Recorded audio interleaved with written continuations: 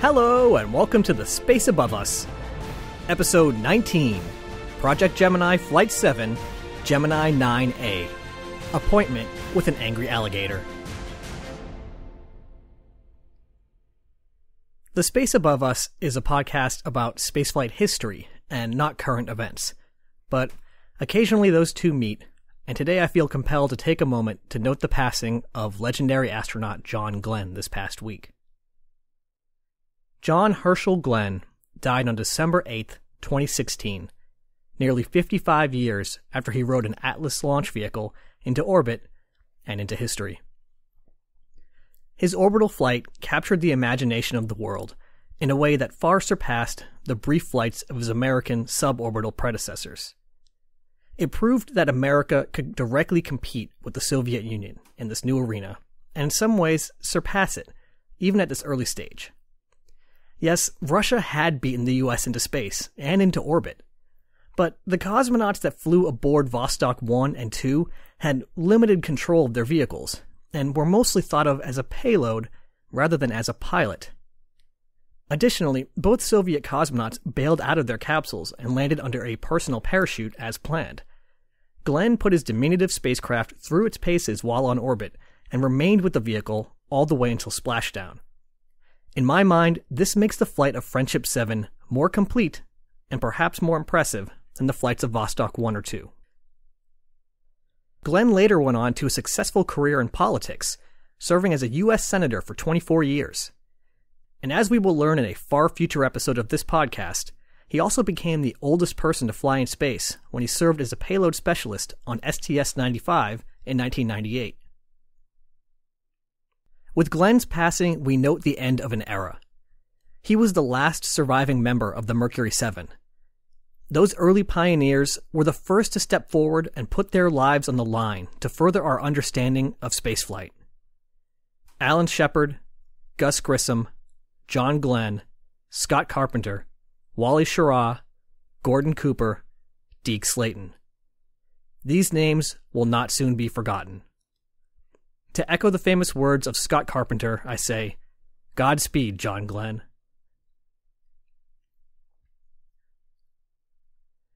Last time, we discussed the truncated flight of Gemini 8, which flew only 4 years after Glenn's flight aboard Friendship 7.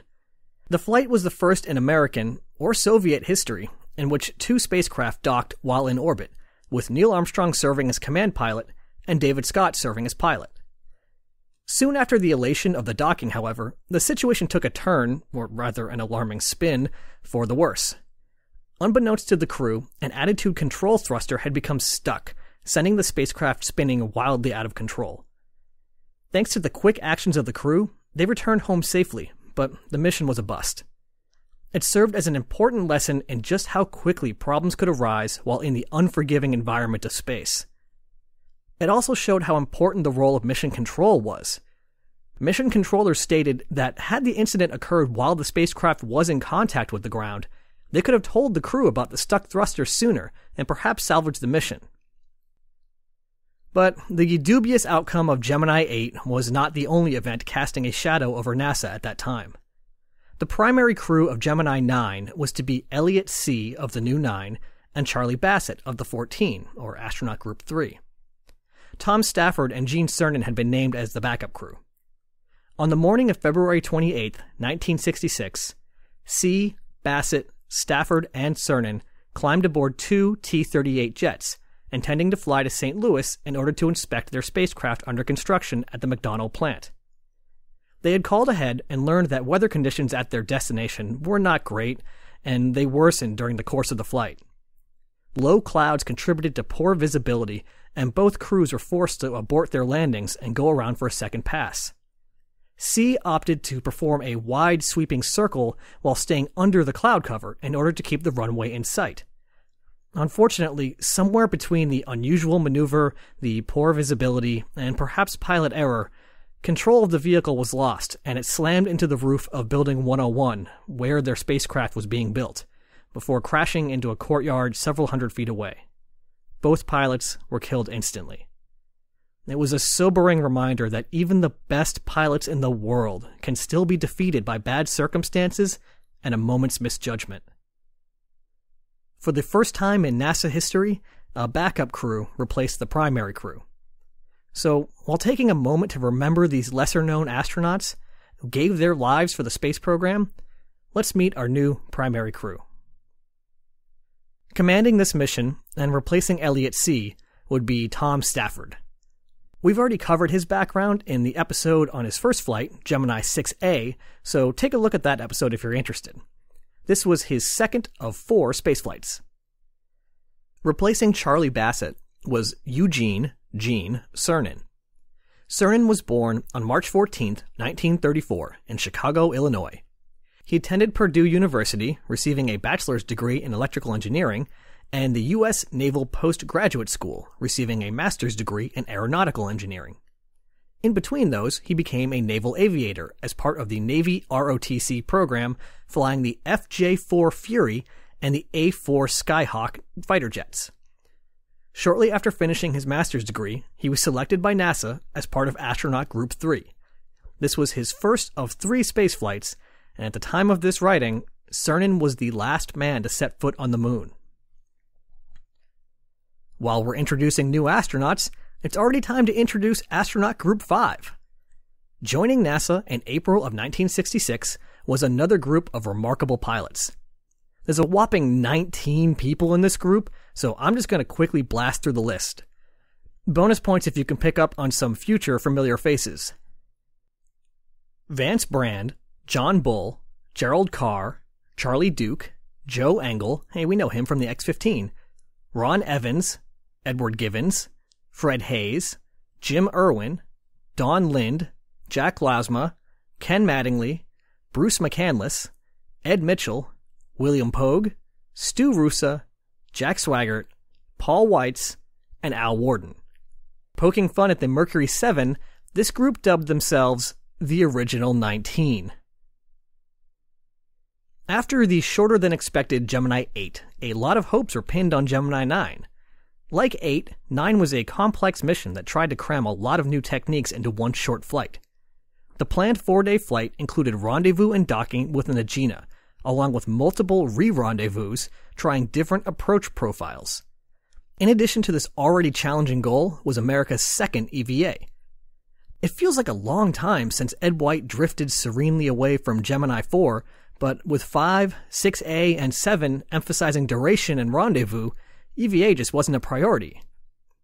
Cernan's task was to test the Astronaut Maneuvering Unit, or AMU, provided by the Air Force. This was a sort of rocket-powered backpack that the Air Force had developed with an eye towards using it as part of the Manned Orbiting Laboratory. Ostensibly, it was just for enabling greater mobility while on spacewalks, but the Air Force definitely had in mind the possibility of snooping around and potentially disabling enemy satellites. The AMU had 12 thrusters that burned hydrogen peroxide to enable the astronaut to fly around with or without a tether, though this test would be with the tether. The astronaut controlled the vehicle with hand inputs at the end of armrests. If this all sounds familiar, it should, because it sounds a whole lot like the extravehicular support pack from Gemini 8. The key difference is that the ESP provided extra oxygen and extra fuel for a handheld thruster gun, like Ed White's, while the AMU was sort of a little vehicle on its own. One fun fact about the AMU is since one of the thruster plumes would actually go between Cernan's legs, he had to wear a special metallized insulating layer around his pants to prevent burns. The things that astronauts put up with. On May 17, 1966, the stage was set for the most complex spaceflight to date. Stafford and Cernan climbed aboard Gemini spacecraft number 9 on Launchpad 19, while technicians made the final preparations for the launch of the Atlas and Agena just over a mile away. At 10:12 a.m., the silvery Atlas roared to life and propelled its payload skyward. All was not well, however. Just a few minutes later, one of the engines on the Atlas suddenly pitched all the way over and stayed there. The launch vehicle soon followed, executing a full reversal in attitude and actually pointing back towards Cape Canaveral. The Agena did not appreciate this dynamic move and soon broke off of the Atlas, with both vehicles tumbling out of control all the way down to the Atlantic. For those keeping score at home, this is the second out of 3 Aeginas intended for rendezvous targets that has failed to achieve orbit. Lockheed, the manufacturer of the Aegina, was understandably upset at what appeared to be yet another failure, but this time the blame lay squarely on the shoulders of Martin, who was not some hapless engineer, but rather the company responsible for the Atlas. A short circuit in the autopilot had caused the spurious engine command and doomed the Aegina before it ever had a chance to fly.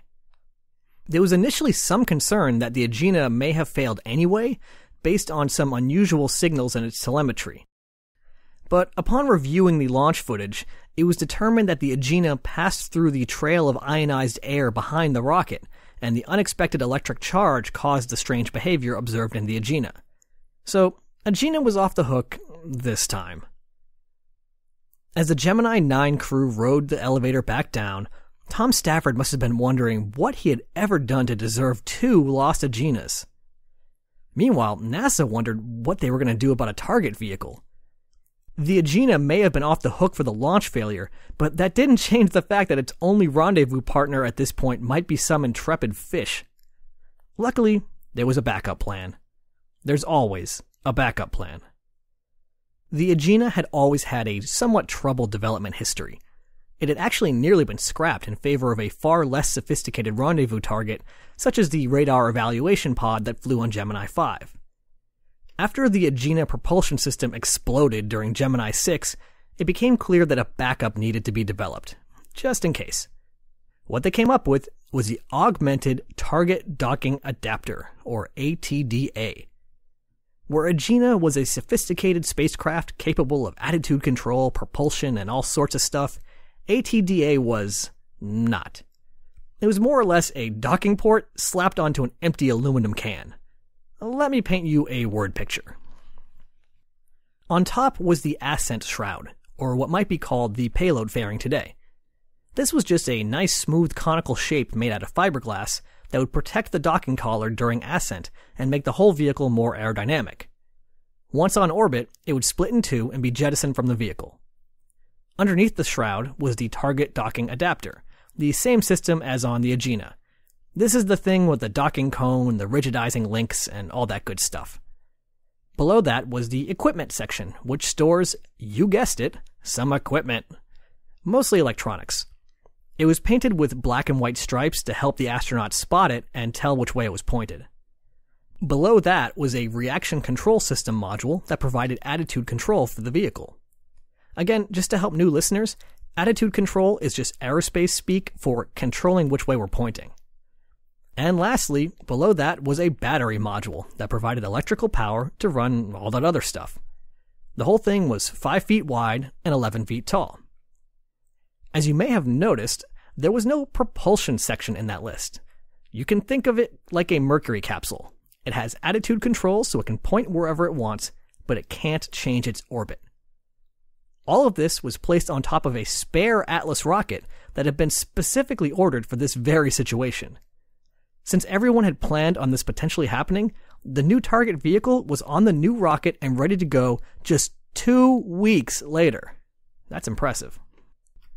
Alright, so let's do this again. June 1st, 1966. Astronauts up, eggs, steak, coffee, toast, orange juice, suit up, van to the launch pad. We all know the routine by now.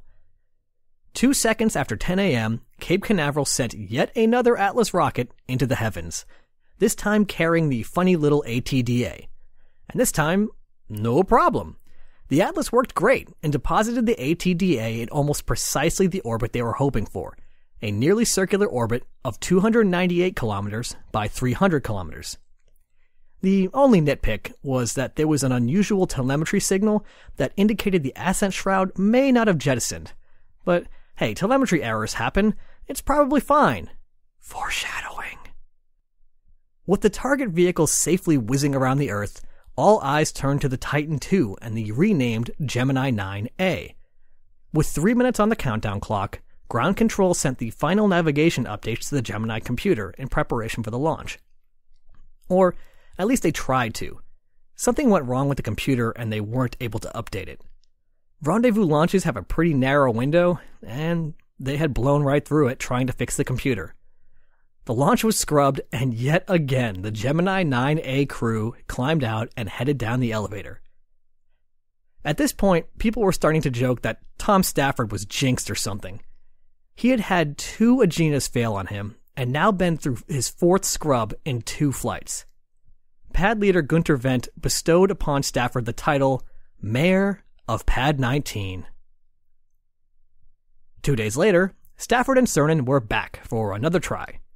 Upon arriving at the pad, they discovered that the pad crew had left a sign on the elevator reading, "Tom and Gene, notice that the down capability for this elevator has been removed. Let's have a good flight." And on top of that, once they arrived at the Gemini spacecraft, they discovered another sign, this time from the backup crew, Jim Lovell and Buzz Aldrin, that read, "We were kidding before, but not anymore. Get yourselves in space, or we'll take your place." The good-natured ribbing seems to have worked, since despite another round of computer problems, at precisely 8:39 and 50 seconds a.m., the mayor of Pad 19 at last departed upwards instead of downwards. One additional wrinkle in this mission that I didn't mention before was a tweak to the rendezvous profile. Up until this point, rendezvous had been accomplished in 4 orbits. However, rendezvous around the moon would have a shorter timeline, more like 3 orbits. So there was a desire to attempt a compressed rendezvous. This meant that the instant the spacecraft separated from the booster, the crew had to get to work on the tricky task of catching up with the ATDA.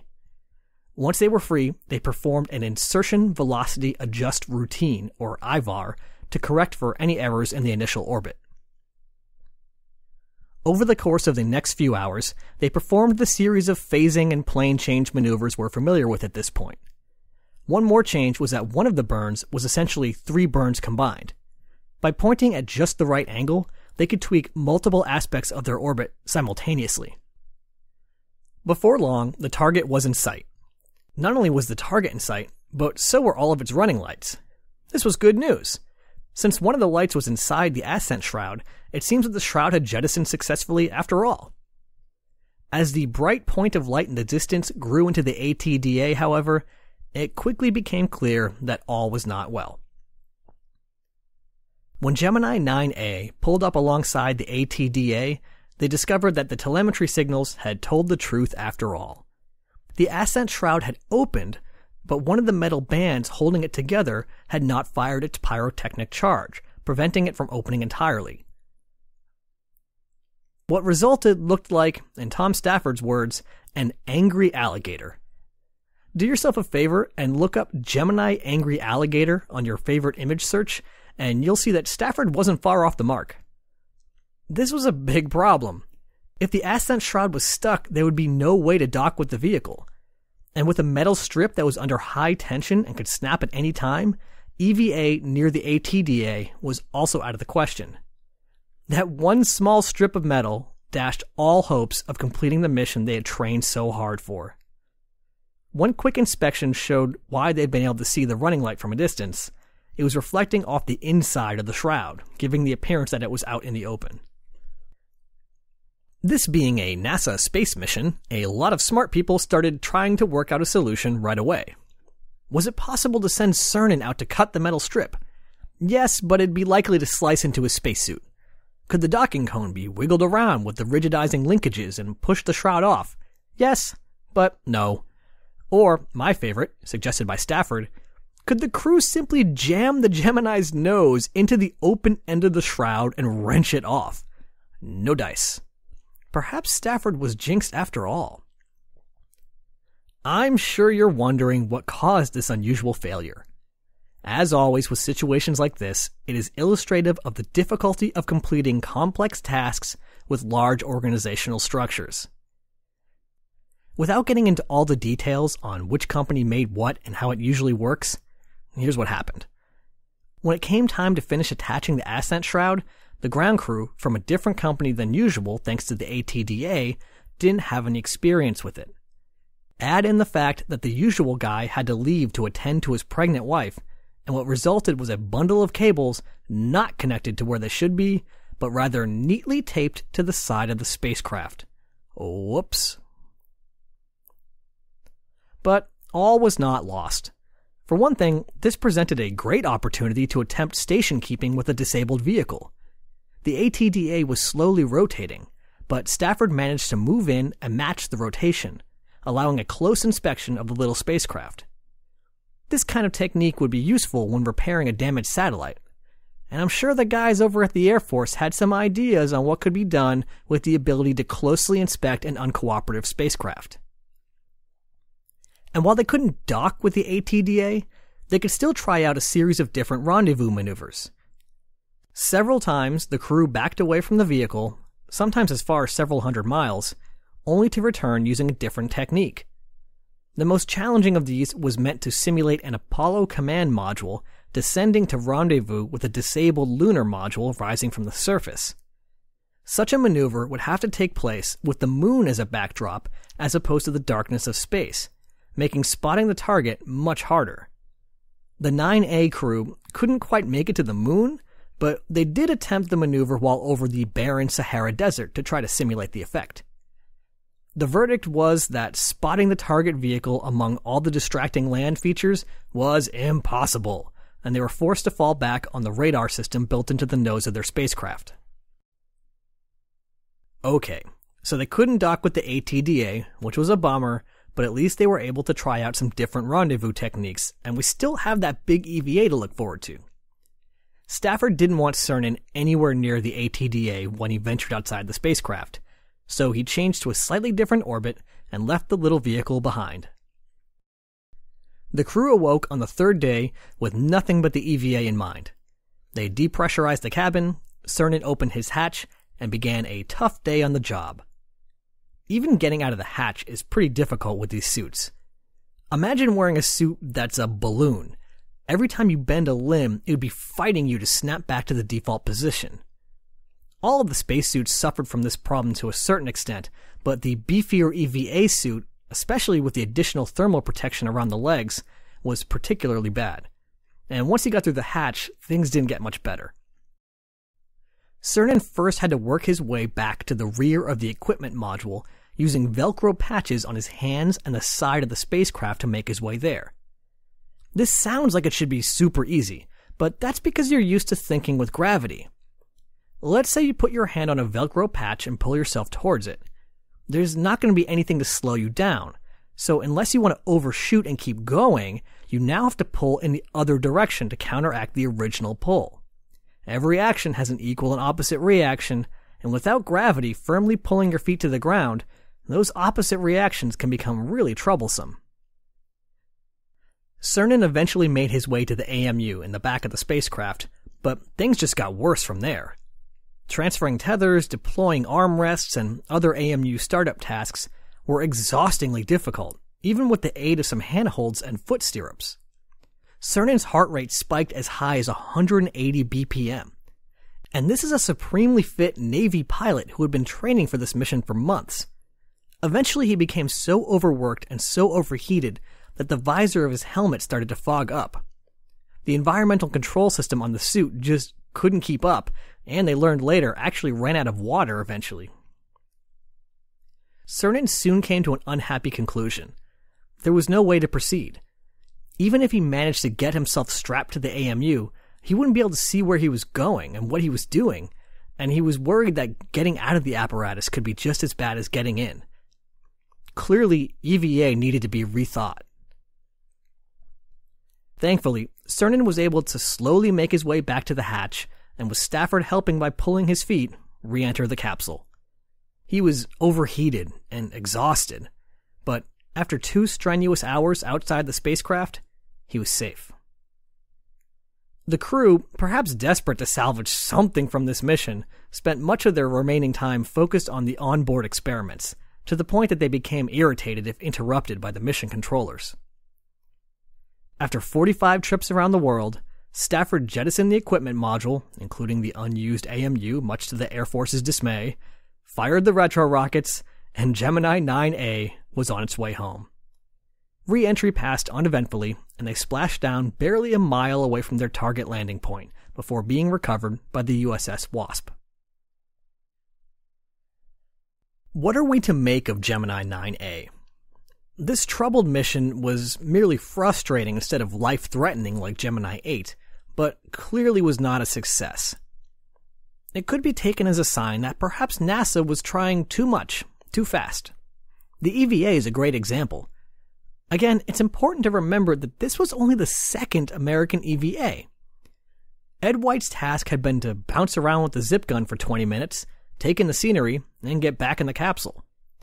The very next EVA was to be a 2-hour series of complex tasks involving multiple vehicles and multiple new techniques. I think NASA probably was overreaching a bit at this point, but I think that's okay. By recruiting the best pilots in the world and training them incessantly for their missions, they had sort of bought the ability to push their work to the limit and occasionally over it without necessarily inviting disaster. Cernan's EVA could easily have ended in tragedy, but thanks to both his physical and mental training, he had the judgment necessary to end it early and the stamina necessary to safely return to his spacecraft. Pushing the limit was just what was required if we were going to have any chance of accomplishing the moonshot by the end of the decade. And in a way, this mission is kind of what Project Gemini was all about. If there was one bit of happy news Tom Stafford can take from this mission, it was that the mayor of Pad 19 would never again be launching from that site. Don't worry, he still has a couple more flights, but he'll be flying in something a little bigger than a Titan II. Next time, we'll continue to push the envelope. What's the follow-up to Trouble on a Mission that had a rendezvous and a complicated EVA? How about a mission with 2 rendezvous and a complicated EVA? I told you we hadn't seen the last of that Agena from Gemini 8. Also, real quick, I've had a small surge in listeners thanks to a post I made on Reddit recently, so I just want to say, hi, I'm JP. I hope you're enjoying the show.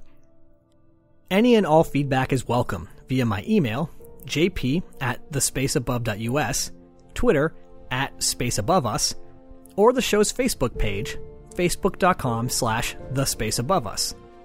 And if you are enjoying the show, telling your friends, subscribing, rating, reviewing, and all that stuff is greatly appreciated.